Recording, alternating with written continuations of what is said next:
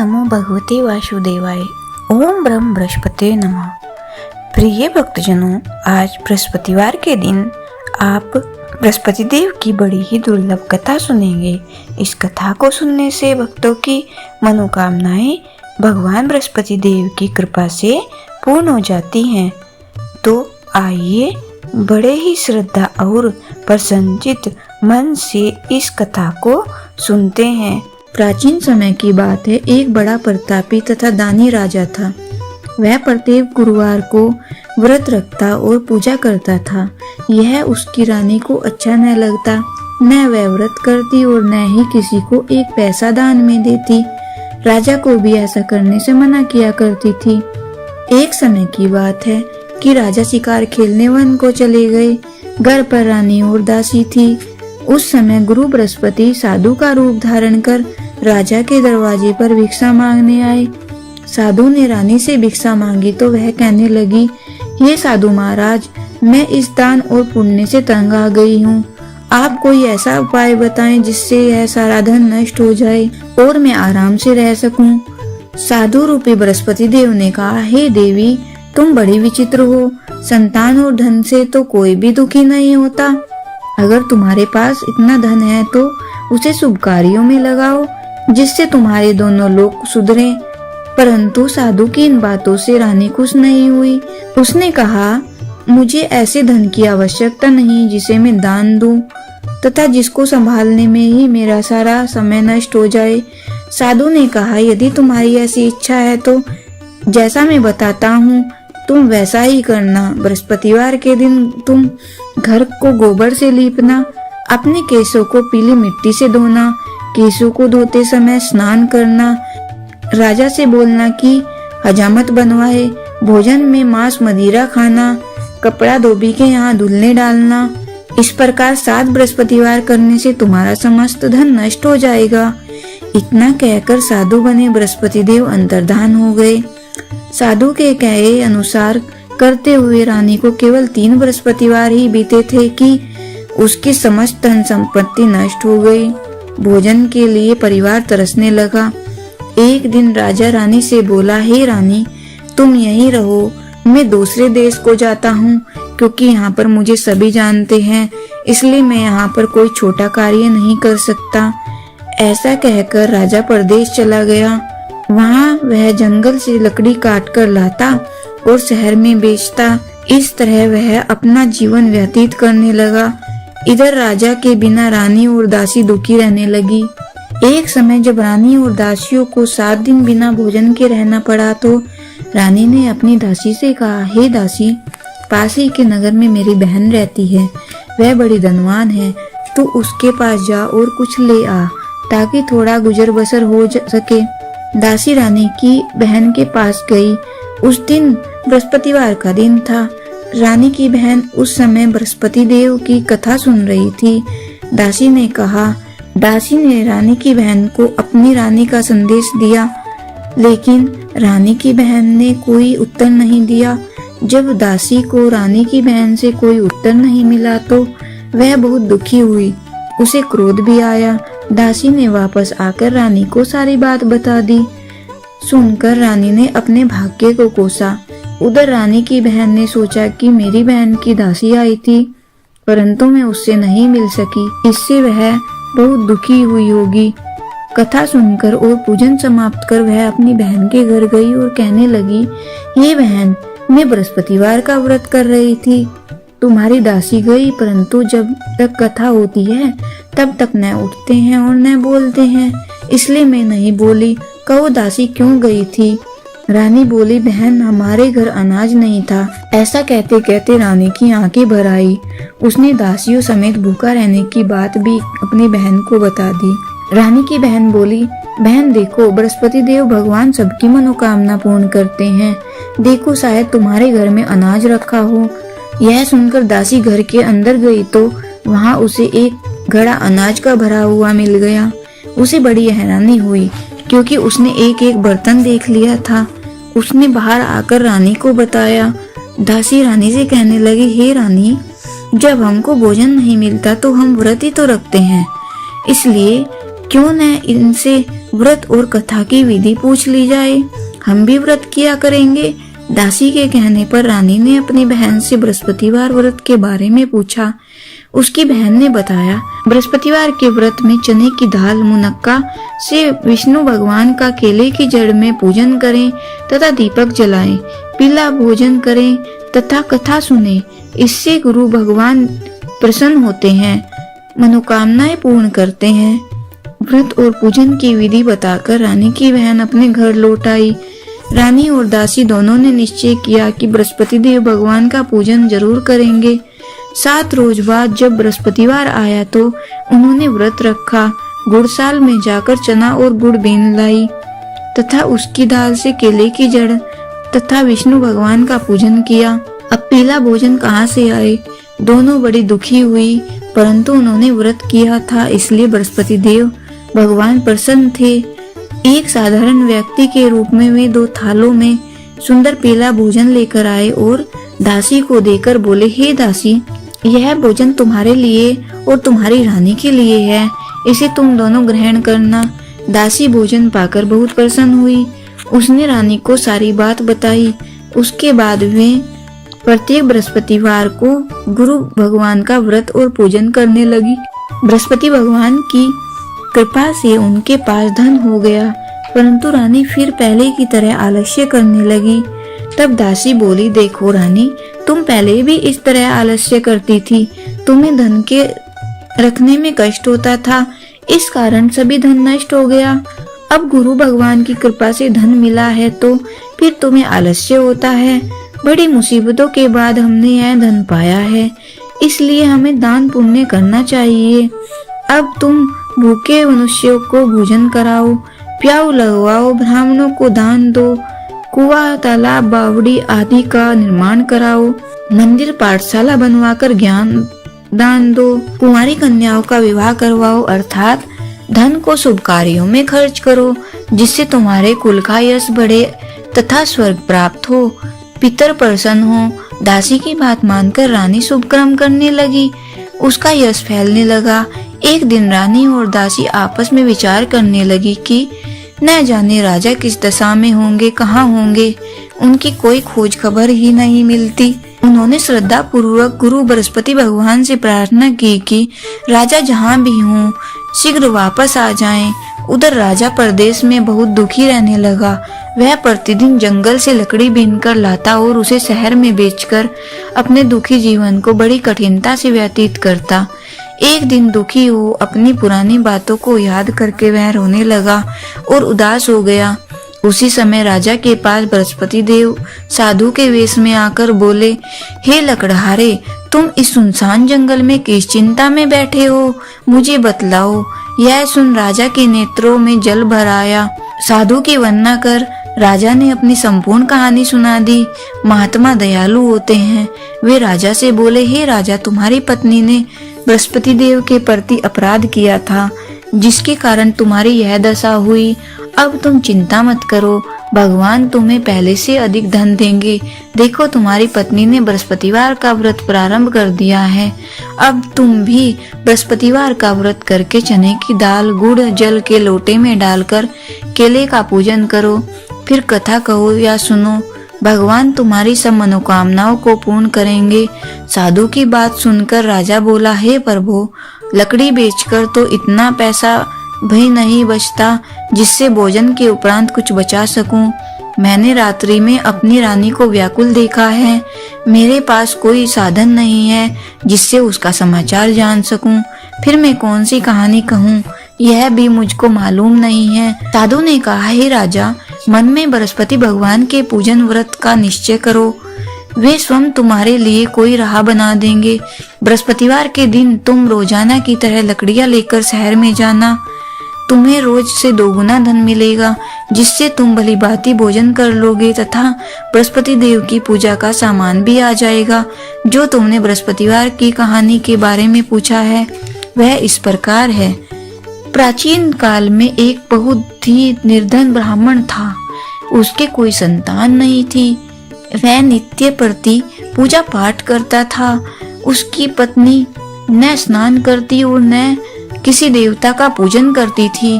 इस कारण ब्राह्मण देवता बहुत दुखी रहते थे। भगवान की कृपा से ब्राह्मण के यहाँ एक कन्या उत्पन्न हुई। कन्या बड़ी होने लगी। प्रातः स्नान करके वह भगवान विष्णु का जप करती, बृहस्पतिवार का व्रत भी करने लगी। पूजा पाठ समाप्त कर पाठशाला को जाती तो अपनी मुट्ठी में जौ भर के ले आती और पाठशाला के मार्ग में डालती जाती। लौटते समय वही जौ स्वर्ण के हो जाते और उनको बीनकर घर ले आती। एक दिन वह बालिका सूप में उन सोने के जौ को फटक कर साफ कर रही थी। तभी उसकी माँ ने देख लिया और कहा कि हे बेटी, सोने के जौ को फटकने के लिए सोने का सूप भी तो होना चाहिए। परंतु उसकी माँ का वही ढंग रहा। एक दिन की बात है, कन्या सोने के सूप में जब जौ साफ कर रही थी, उस समय उस नगर का राजकुमार वहां से निकला। कन्या के रूप में कार्य को देखकर वह उस पर मोहित हो गया।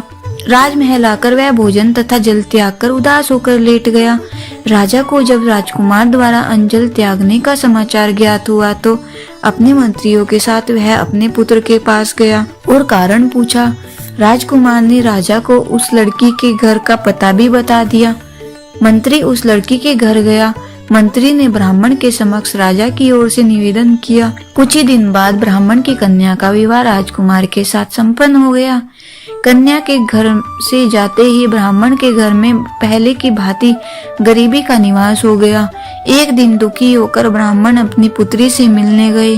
बेटी ने पिता की अवस्था को देखा और अपनी माँ का हालचाल पूछा। ब्राह्मण ने सभी हाल कह सुनाया। कन्या ने बहुत सा धन देकर अपने पिता को विदा कर दिया। लेकिन कुछ दिन बाद फिर वही हाल हो गया। ब्राह्मण फिर अपनी कन्या के यहाँ गया और सभी हाल कहते पुत्री बोली, हे पिताजी, आप माताजी को यहाँ लिवा लाओ, मैं उन्हें वह विधि बता दूंगी जिससे गरीबी दूर हो जाए। ब्राह्मण देवता अपनी स्त्री को साथ लेकर अपनी पुत्री के पास राजमहल पहुँचे तो पुत्री अपनी माँ को समझाने लगी, हे माँ, तुम प्रातःकाल स्नान आदि करके विष्णु भगवान का पूजन करो तो सब दरिद्रता दूर हो जाएंगी। परंतु उसकी माँ ने उसकी एक भी बात नहीं मानी। वह प्रातःकाल उठकर अपनी पुत्री की बची जूठन को खा लेती थी। एक दिन उसकी पुत्री को बहुत गुस्सा आया। उसने अपनी माँ को एक कोठरी में बंद कर दिया। प्रातःकाल उसे स्नान आदि करा के पूजा पाठ करवाया तो उसकी माँ की बुद्धि ठीक हो गई। इसके बाद वह नियम से पूजा पाठ करने लगी। प्रत्येक बृहस्पतिवार को व्रत करने लगी। इस व्रत के प्रभाव से मृत्यु के बाद वह स्वर्ग को गई। वह ब्राह्मण भी सुखपूर्वक इस लोक का सुख भोगकर स्वर्ग को प्राप्त हुआ। इस तरह कहानी कहकर साधु बने देवता वहां से लोप हो गए। धीरे धीरे समय व्यतीत होने लगा। फिर बृहस्पतिवार का दिन आया। राजा जंगल से लकड़ी काटकर शहर में बेचने गया। उसे उस दिन और दिनों से अधिक धन मिला। राजा ने चना गुड़ आदि लाकर बृहस्पतिवार का व्रत किया। उस दिन से उसके सभी क्लेश दूर हो गए। परंतु जब अगले गुरुवार का दिन आया तो वह बृहस्पतिवार का व्रत करना भूल गया। इस कारण बृहस्पति भगवान नाराज हो गए। उस दिन उस नगर में राजा ने विशाल यज्ञ का आयोजन किया था तथा अपने समस्त राज्य में घोषणा करवा दी कि सभी मेरे यहाँ भोजन करने आवे, किसी के घर चूल्हा न जले। इस आज्ञा को जो न मानेगा उसको फांसी दे दी जाएगी। राजा की आज्ञा अनुसार राज्य के सभी वासी राजा के भोज में सम्मिलित हुए। लेकिन लकड़हारा कुछ देर से पहुंचा, इसलिए राजा उसको अपने साथ महल में ले गए। जब राजा लकड़हारे को भोजन करा रहे थे तो रानी की दृष्टि उस कुटी पर पड़ी जिस पर उसका हार लटका हुआ था। उसे हार कुटी पर लटका दिखाई नहीं दिया। रानी को निश्चय हो गया कि मेरा हार इस लकड़हारे ने ही चुराया है। उसी समय सैनिक बुलवाकर उसको जेल में डलवा दिया। लकड़हारा जेल में विचार करने लगा कि न जाने कौन से पूर्व जन्म के कर्म से मुझे यह दुख प्राप्त हुआ है और जंगल में मिले साधु को याद करने लगा। तत्काल बृहस्पति देव साधु के रूप में प्रकट हुए और कहने लगे, अरे मूर्ख, तूने बृहस्पति देवता की कथा नहीं की, उसी कारण तुझे यह दुख प्राप्त हुआ है। अब चिंता मत कर, बृहस्पतिवार के दिन जेल खाने के दरवाजे पर तुझे 4 पैसे पड़े मिलेंगे। उनसे तो बृहस्पतिवार की पूजा करना और तेरे सभी कष्ट दूर हो जाएंगे। अगले बृहस्पतिवार उसे जेल के द्वार पर 4 पैसे मिले। राजा ने पूजा का सामान मंगवाकर कथा कही और प्रसाद बांटा। उसी रात्रि में बृहस्पति देव ने उस नगर के राजा को स्वप्न में कहा, हे राजा, तूने जिसे जेल में बंद कर दिया है उसे कल छोड़ देना, वह निर्दोष है। राजा प्रातःकाल उठा और खूंटी पर हार टंगा देखकर लकड़हारे को बुलाकर क्षमा मांगी और राजा के योग्य सुंदर वस्त्र आभूषण भेंट कर उसे विदा किया। गुरुदेव की आज्ञा अनुसार राजा अपने नगर को चल दिया। राजा जब नगर के निकट पहुंचा तो उसे बड़ा ही आश्चर्य हुआ। नगर में पहले जैसे अधिक बाग, तालाब और कुएं तथा बहुत सी धर्मशालाएं, मंदिर आदि बने हुए थे। राजा ने पूछा, यह किसका बाग है और धर्मशालाएं हैं? तब नगर के सब लोग कहने लगे कि यह सब रानी और दासी द्वारा बनाए गए हैं। राजा को आश्चर्य हुआ और गुस्सा भी आया। उसकी अनुपस्थिति में रानी के पास धन कहाँ से आया होगा? जब रानी ने यह खबर सुनी कि राजा आ रहे हैं तो उसने अपनी दासी से कहा, हे दासी, देख राजा हमको कितनी बुरी हालत में छोड़ गए थे, वह हमारी ऐसी हालत देखकर लौट न जाएं, इसलिए तू दरवाजे पर खड़ी हो जा। रानी की आज्ञा अनुसार दासी दरवाजे पर खड़ी हो गई और जब राजा आए तो उन्हें अपने साथ महल में लिवा लाई। तब राजा ने क्रोध करके अपनी तलवार निकाली और पूछने लगा, बताओ यह धन तुम्हें कैसे प्राप्त हुआ है? तब रानी ने सारी कथा कह सुनाई। राजा ने निश्चय किया कि मैं रोजाना दिन में 3 बार कहानी कहा करूंगा और रोज व्रत किया करूंगा। अब हर समय राजा दुपट्टे में चने की दाल बंधी रहती तथा दिन में 3 बार कथा कहता। एक रोज राजा ने विचार किया कि चलो अपनी बहन के यहाँ हो आऊं। इस तरह निश्चय कर राजा घोड़े पर सवार हो अपनी बहन के यहाँ चल दिया। मार्ग में उसने देखा कि कुछ आदमी एक मुर्दे को लिए जा रहे हैं। उन्हें रोककर राजा कहने लगा, अरे भाइयों, मेरी बृहस्पतिवार की कथा सुन लो। वे बोले, लो हमारा तो आदमी मर गया, इसको अपनी कथा की पड़ी है। परंतु कुछ आदमी बोले, अच्छा कहो, हम तुम्हारी कथा सुनेंगे। राजा ने दाल निकाली और कथा कहनी शुरू कर दी। जब आधी कथा हुई तो मुर्दा हिलने लगा और जब कथा समाप्त हुई थी राम राम कहकर मुर्दा खड़ा हो गया। राजा आगे बढ़ा और उसे चलते चलते शाम हो गई। आगे मार्ग में एक किसान खेत में हल चलाता मिला। राजा ने उससे कथा सुनने का आग्रह किया लेकिन वह नहीं माना। राजा आगे चल पड़ा। राजा के हटते ही बैल पछाड़ खाकर गिर पड़े तथा किसान के पेट में बहुत तेज दर्द होने लगा। उसी समय किसान की माँ रोटी लेकर आई। उसने जब देखा तो अपने पुत्र से सब हाल पूछा। बेटे ने सभी हाल बता दिया। बुढ़िया दौड़ी दौड़ी उस घुड़सवार के पास पहुंची और उससे बोली, मैं तेरी कथा सुनूंगी, तू अपनी कथा मेरे खेत पर ही चलकर कहना जहाँ मेरा बेटा लेटा है। राजा ने लौटकर बुढ़िया के खेत पर जाकर कथा कही, जिसके सुनते ही बैल खड़े हो गए तथा किसान के पेट का दर्द भी बंद हो गया। राजा अपनी बहन के घर पहुंचा। बहन ने भाई की खूब मेहमानी की। दूसरे रोज प्रातःकाल राजा जागा और देखने लगा कि सभी लोग भोजन कर रहे हैं। राजा ने अपनी बहन से जब पूछा, ऐसा कोई मनुष्य है जिसने भोजन नहीं किया तो मेरी बृहस्पतिवार की कथा सुन ले। बहन बोली, हे भैया, यह देश ऐसा ही है, यहाँ लोग पहले भोजन करते हैं, बाद में कोई अन्य काम करते हैं। फिर वह एक कुम्हार के घर गई जिसका लड़का बीमार था। उसे मालूम हुआ कि उसके यहाँ 3 दिन से किसी ने भोजन नहीं किया है। रानी ने अपनी भाई की कथा सुनने के लिए कुम्हार से कहा। वह तैयार हो गया। राजा ने जाकर बृहस्पतिवार की कथा कही, जिसको सुनकर वह लड़का ठीक हो गया। अब तो राजा को प्रशंसा होने लगी। एक दिन राजा ने अपनी बहन से कहा, हे बहन, मैं अब अपने घर जाऊंगा, तुम भी तैयार हो जाओ। राजा की बहन ने अपनी सास से अपने भाई के साथ चलने की आज्ञा मांगी। सास बोली, हाँ चली जा, मगर मेरे लड़कों को मत ले जाना क्योंकि तेरे भाई को कोई संतान नहीं है। बहन ने अपने भाई से कहा, हे भैया, मैं तो चलूंगी मगर कोई बालक नहीं जाएगा। अपनी बहन को भी छोड़कर दुखी मन से राजा अपने नगर को लौट गया। राजा ने अपनी रानी से सारी कथा कह सुनाई और बिना भोजन किए वह सैया पर लेट गया। रानी बोली, हे प्रभु बृहस्पति देव ने हमें सब कुछ दिया है, वे हमें संतान अवश्य देंगे। उसी रात बृहस्पति देव राजा को स्वप्न में कहा, हे राजा, उठ, सभी सोच त्याग, तेरी रानी गर्भवती है। राजा को यह जानकर बड़ी खुशी हुई। 9वें महीने में रानी के गर्भ से एक सुंदर पुत्र पैदा हुआ। तब राजा बोला, हे रानी, स्त्री बिना भोजन के रह सकती है परंतु बिना कहे नहीं रह सकती। जब मेरी बहन आए तो तुम उससे कुछ मत कहना। रानी ने हाँ कर दी। जब राजा की बहन ने यह शुभ समाचार सुना तो वह बहुत खुश हुई और बधाई लेकर अपने भाई के यहाँ आई। रानी ने तब उसे आने का उलाहना दिया। तब भाई अपने साथ ला रहे थे, तब टाल गई, उनके साथ न आई और आज अपने आप ही भागी भागी बिना बुलाए आ गई। तो राजा की बहन कहने लगी, भाई मैं इस प्रकार न कहती तो तुम्हारे घर औलाद कैसे होती।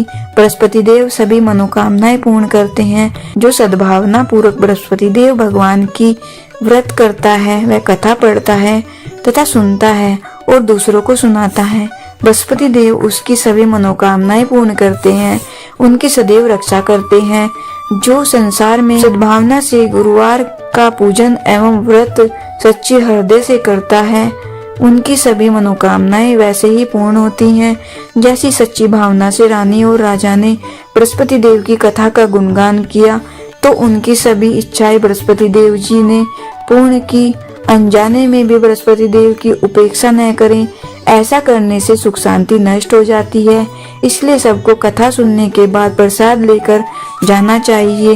हृदय से उनका मनन करते हुए जयकारा बोलना चाहिए। बोलिए भगवान बृहस्पति देव की जय, विष्णु भगवान की जय। ओम जय बृहस्पति देवा, ओम जय बृहस्पति देवा, छिन छिन भोग लगाऊं कदली फल मेवा। ओम जय बृहस्पति देवा, तुम पूर्ण परमात्मा, तुम अंतर्यामी, जगत पिता जगदीश्वर, तुम सबके स्वामी। ओम जय बृहस्पति देवा, चरणामृत निज निर्मल, सब पातक हरता, सकल मनोरथ दायक, कृपा करो भरता। ओम जय बृहस्पति देवा, तन मन धन अर्पण कर, जो जन शरण पड़े, प्रभु प्रकट तब होकर, आकर द्वार खड़े। जय बृहस्पति देवा, दीन दयाल दयानिधि, भक्तन हितकारी, पाप दोष सब हरता, भव बंधन हारी। ओम जय बृहस्पति देवा, सकल मनोरथ दायक, सब संशय हारो, विषय विकार मिटाओ, संतन सुखकारी। ओम जय बृहस्पति देवा, जो कोई आरती तेरी प्रेम सहित गावे, जेठानंद आनंद कर, सो निश्चय पावे। ओम जय बृहस्पति देवा, सब बोलो विष्णु भगवान की जय, बोलो बृहस्पति देव भगवान की जय। एकाक्षरी बीज मंत्र। ओम ब्रह्म बृहस्पति नमः।